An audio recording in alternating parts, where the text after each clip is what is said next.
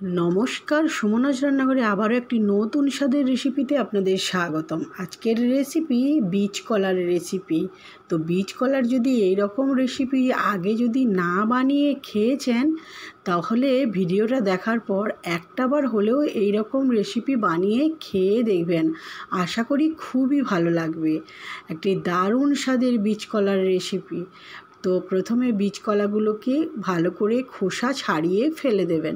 দিয়ে বীজ কলাগুলোকে দুটি ভাগে ভাগ করে মাঝামাঝি ভাগ করে দুটি ভাগ করে এইভাবে পুরো বীজ কলাটাকে একইভাবে কেটে নেবেন। নিয়ে একটা ওভেনে কড়াই বসিয়ে তাতে জল দিয়ে জলটা যখন গরম হয়ে যাবে তখন ওই বীজ কলাগুলো দিয়ে একটু ভাপিয়ে নেবেন।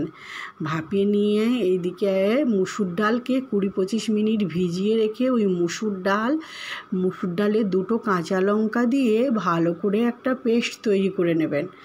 নিয়ে একটা বাটির মধ্যে ওই মুসুর ডালের পেস্টটা রেখে দিয়ে ওর উপরে একটা বড় পেঁয়াজ কুচি, 2-3টে লঙ্কা কুচি, পরিমাণ মতো হলুদ গুঁড়ো, পরিমাণ মতো নুন, আর দেবেন কিছুটা পরিমাণ গোটা জিরে, আর দেবেন ওই চিলি ফ্লেক্স 1 চামচ মতো চিলি ফ্লেক্স দিয়ে পুরো এই ডালের ব্যাটারটাকে সুন্দর করে মেখে নেবেন।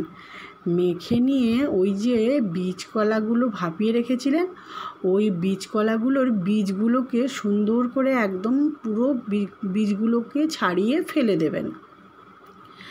দিয়ে ওই একইভাবে পুরো বীজ কলার বীজগুলো ছাড়িয়ে ফেলে দেবেন। দিয়ে ওই যে মেখে রেখেছিলেন ওই যে মুসুর ডালের ব্যাটারটা ওই বীজ কলার ওপরে একদম লম্বালম্বিভাবে পুরো একদম মাখিয়ে নিলেই বীজ কলা পুরো বীজ কলাটাই ওইভাবে মুসুর ডাল ওপরে মাখিয়ে নেবেন।